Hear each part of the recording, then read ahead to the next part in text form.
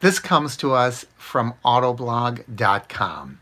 And the headline reads, Things Rideshare Drivers Wish Passengers Understood. So think in your own mind, what do you wish that passengers understood? Item number 1. Drivers don't make much. Oh, I don't know if I want people to think that. I want people to think very highly of me. But let's listen to their logic. I get where they're coming from. Do you want passengers to think that you don't make much? Maybe you do. So a little help from tips would be greatly appreciated. That's the bottom line. They're saying if they think that we are living in poverty, if they think that I have a hand-to-mouth existence, that they're going to tip better. I don't know if that really is what makes people tip. Do you think that's what makes people tip? I think what makes people tip is a good feeling. I think when you give them a good service, you pay attention to their body language. Do they want to talk? Do they not want to talk? Do they want music? Do they not want music? Do they, want you to make suggestions about better ways to get there? Or do they just want you to follow the Uber app? What do you think? I think there's other ways to encourage tips as well. We talked in the past about signs. I don't know if anybody is still putting out the physical tip bucket. Are any of you still using a tip bucket in your car? That used to work for me, and for some reason I just stopped doing it. And I don't know, I haven't done it in a long time. Well, I haven't been delivering people for a long time either. I only deliver food for people. Number 2, we hate constantly being asked if we like doing rideshare.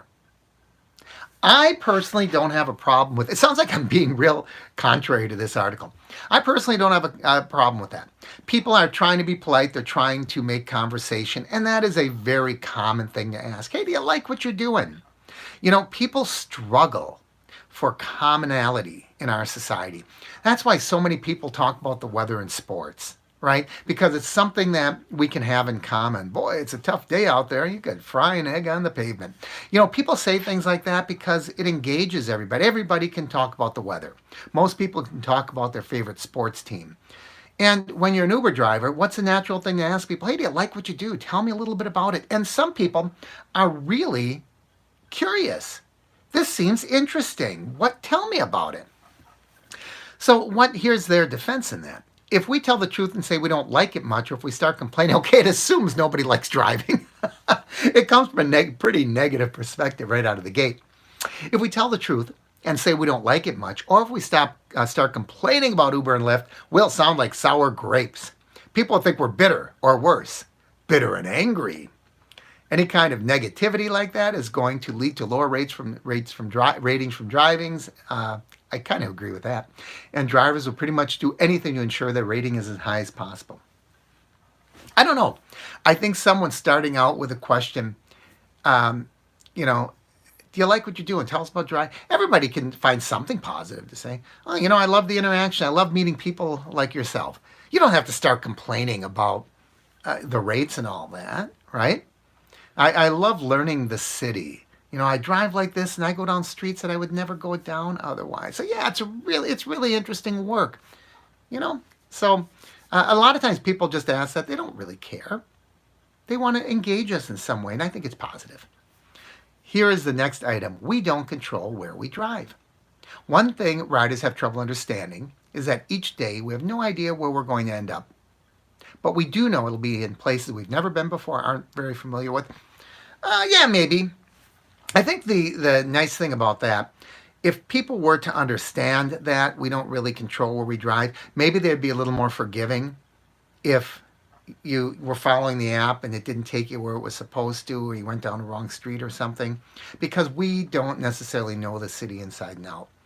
Which is why, have you ever looked up the old taxi drivers in London, England? They had to know that city inside and out. It was unbelievable how cab drivers in London, I don't know if it's that way anymore, but they used to know. I mean, it's a huge city. London is a massive city. And to know every nook and cranny and every back alley is absolutely incredible. We have to obey the laws of the road just like anybody else.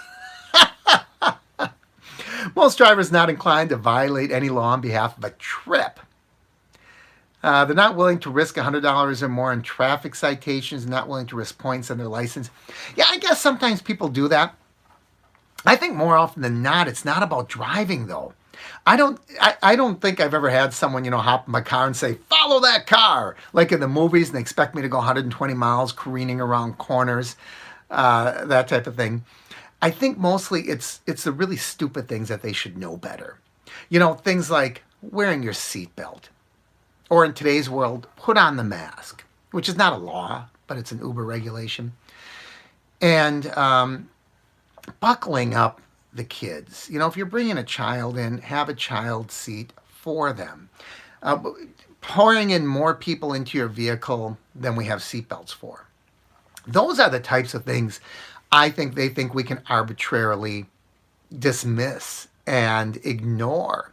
It's not so much the traffic laws themselves, but laws related to driving. What do you think?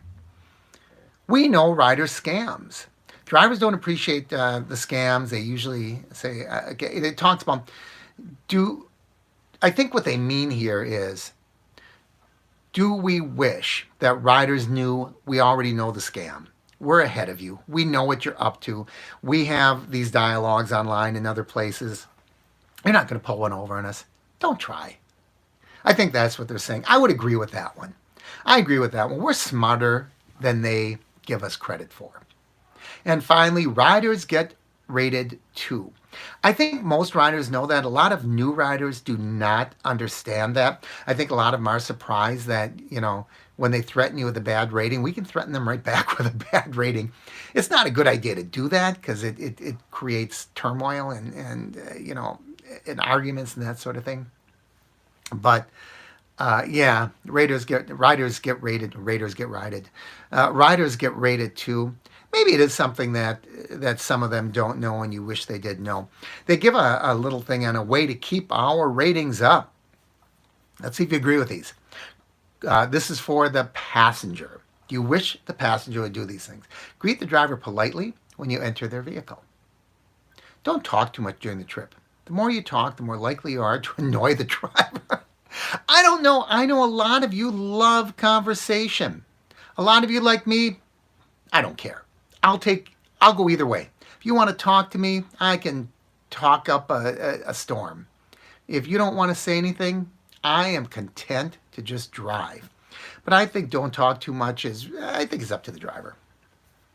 Do not ask the driver to violate any laws. I agree with that. Give the driver a friendly thank you and goodbye when the trip is over. I agree with that. If you want to ensure a 5-star rating, give the driver a cash tip. Oh, my favorite of all. They always say save the best for last, a cash tip. I love it.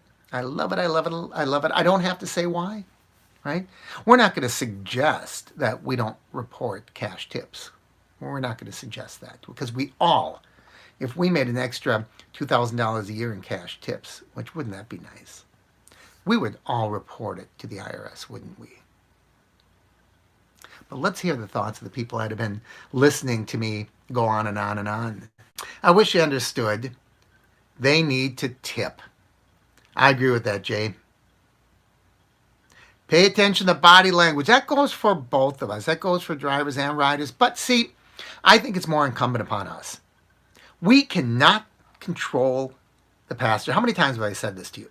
We cannot control the passenger. What we can do is manage that passenger. How? By controlling what we do. Once we become masters of that, we're going to have fewer and fewer and fewer challenges. I consider myself a people person. I always get good conversation. But yeah, not all of them tip, even if they like you. Yeah, a lot of them don't tip. You got to be obvious with it. Hey, how about this one? Love me, hate me, tell me, rate me.